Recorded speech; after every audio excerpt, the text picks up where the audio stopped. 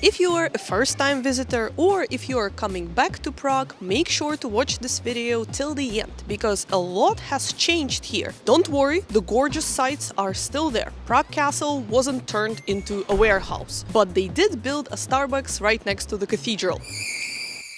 Yikes. What's next? McDonald's? Anyway, I was reading an old article with tips for Prague visitors the other day and had a revelation. A lot of these don't apply anymore. So if you are doing your research and you are watching a video or reading an article which is 5 to 10 years old, don't bother. Half of the things mentioned there are not relevant. Even the short form content seems to be recycling old videos, so we decided to make a little update for you guys. So we'll start with some positive news. You can now watch the astronomical clock show at 8 a.m.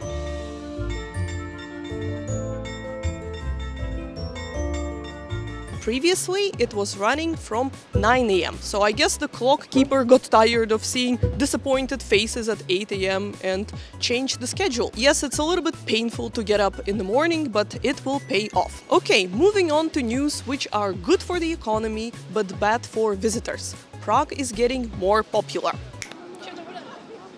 Oh, no, let's bring it back, Much better, right? The other day, Václav's friend sent him a video of the busy streets of Prague. I think it was the Old Town and the Charles Bridge.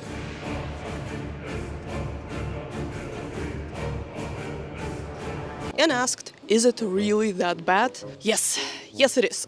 More travelers are choosing Prague as their destination, which means there's less space to move around on the streets, packed restaurants, lines to sites, we're gonna come back to that one later, and in general more grumpy faces around, because nobody likes to shoulder people and go through the crowd like that. We have created a video where we discussed what is actually the best time to travel to Prague. We are gonna leave it in the description box, but for now I will just sum it up. When it's warm, Prague is crazy packed. But even when it's cold, of course December is considered to be the high season, but even when it's cold, the weekends are still very busy. Usually people visit Prague for about 2 to 3 days, which makes it a perfect weekend getaway. So if you're one of those people that came to Prague on Saturday and Sunday and you are complaining about the crowds, I have no words for you. It's your own fault. Knowing that, here's another thing I wanna reiterate.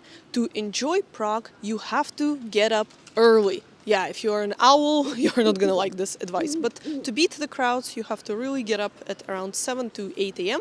Right now it's 8:30. As you can see, the streets are getting busy already. To make this video, we had to get up at 5 a.m. Yeah, I know, it even hurts to say it, but that's the reality. Don't worry though, I have a little motivation for you. An early bird discount.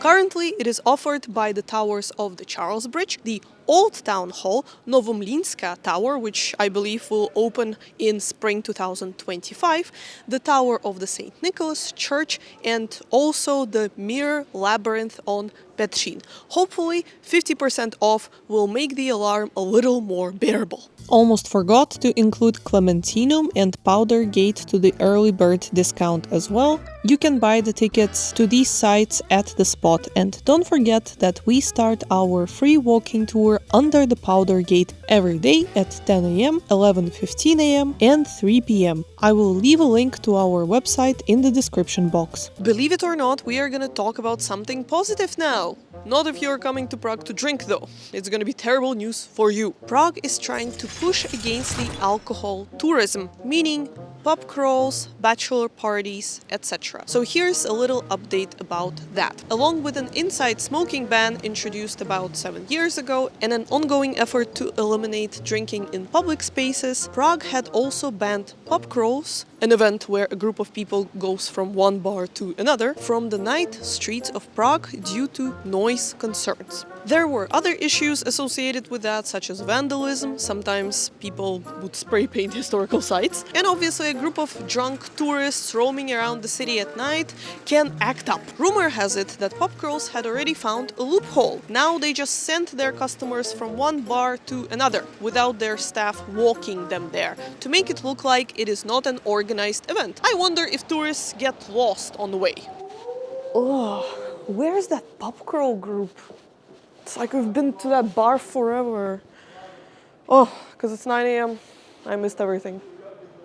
Another drunken pastime that has been eliminated from the streets of Prague is a beer bike. It is exactly what it sounds like. You have seats around the bar, you are paddling, but there's also a driver, thank God, and a bartender. The music is blasting, everyone is yelling over it, while simultaneously creating traffic jams and tipping the rage meter of the locals. Now that this attraction is gone for good, we have another threat to Prague traffic: beer bus. Again, pretty straightforward. A van with a beer tap and tinted windows. Our naughtiest subscribers are familiar with the look of the van with such windows, I bet. Maybe it's the same exact one, who knows? They just wipe the seats and voila!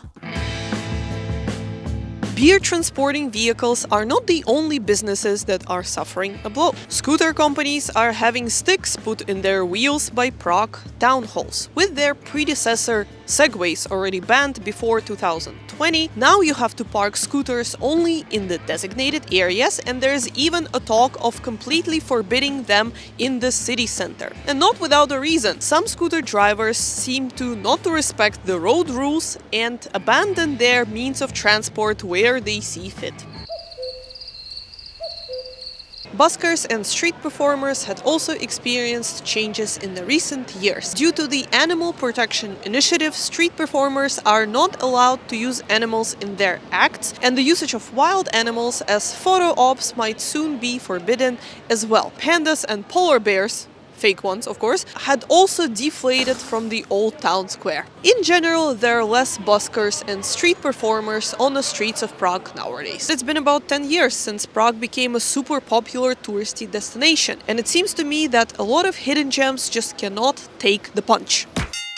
The universally adored Paternoster elevator, otherwise known as the Eastern European elevator of death, even though it has nothing to do with Eastern Europe or death, is now much harder to access. The elevators close to the Wenceslas Square are now only available for the staff of the buildings where they're located because of the accidents. Apparently, tourists got stuck in the elevator, and that was not cute. But what about the most famous Paternoster, which is just few minutes away from the Old Town Square, located in this building? This one is only available as part of the paid tour.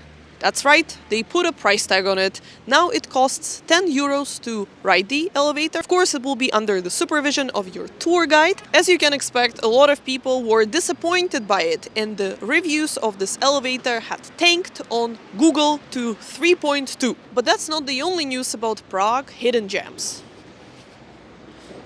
Do you see that line over there? Excuse me. Do you know where this line is going? To the library. Oh, I didn't know that so many people want to read books.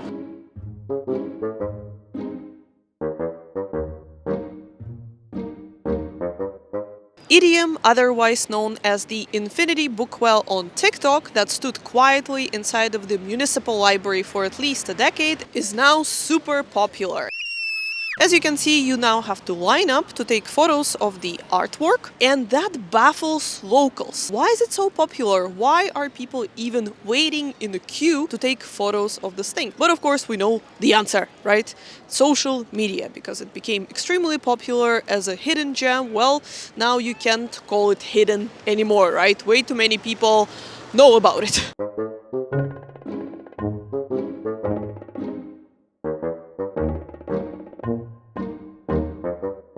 That's very dramatic. I'm Ostrava, the beginning and the end. The dead rise. The living don't want to work. What? The mystery is solved. It's a representation of coal mines in Ostrava.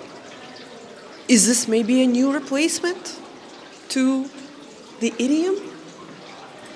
Will it drive the crowds away from the books to the coals? I don't know. I don't think so. Besides hidden gems losing their cool, unfortunately, a few local favorite hangout spots also recently closed down with no immediate replacement. First, it was the super popular Super Tramp cafe that had to shut its doors due to a reconstruction in the building complex where they were renting their space.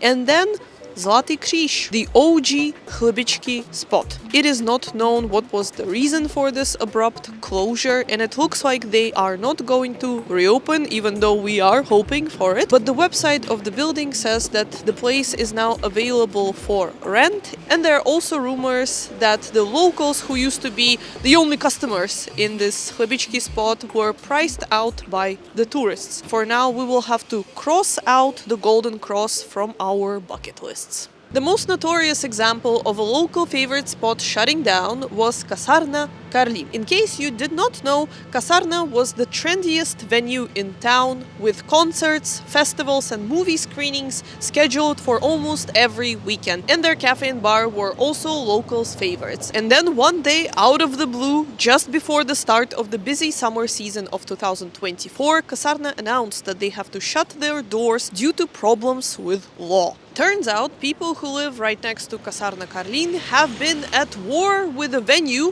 for quite a while, complaining about the sound levels that exceeded all the norms. Some residents even said that they had to nail carpets to their windows to block off the sound. Now, I've never lived in that area, so I cannot be a good judge of how bad the noise really was, but I did live next to bars and clubs many times. I can say that when the real estate agent tells you, oh, don't worry about this club, you will not hear anything, or this bar is absolutely fine, it is a lie.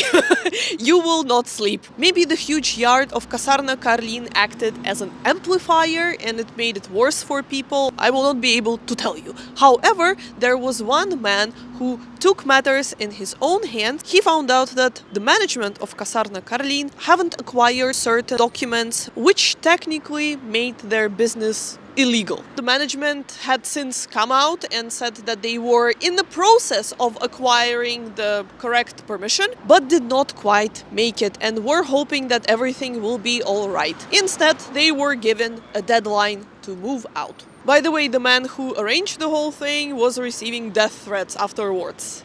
I guess there were a lot of loyal customers of Kasarna Karlin that could not imagine their life without their beloved hangout spot. Even Czech Forbes wrote an article about Kasarna Karlin, and they lamented that they recently moved offices and were looking forward to coming here to grab a beer after a tough day at work. Now they can't do it anymore, obviously. It is very sad. Maybe we should all go touch grass. Based on the latest news that we found, Kasarna Karlin might reopen again in September 2025. Keep that in mind if you're traveling to Prague in summer 2025. Kasarna might still be closed. Another iconic site of Prague which is currently out of order is Petřín Funicular. This one is going to reopen only in summer 2026, and it will look very modern and futuristic. To finish this video on a high note, the City of Prague Museum is going to open its doors again in spring 2025. Fingers crossed. So pack up and we will see you guys in Prague. Bye!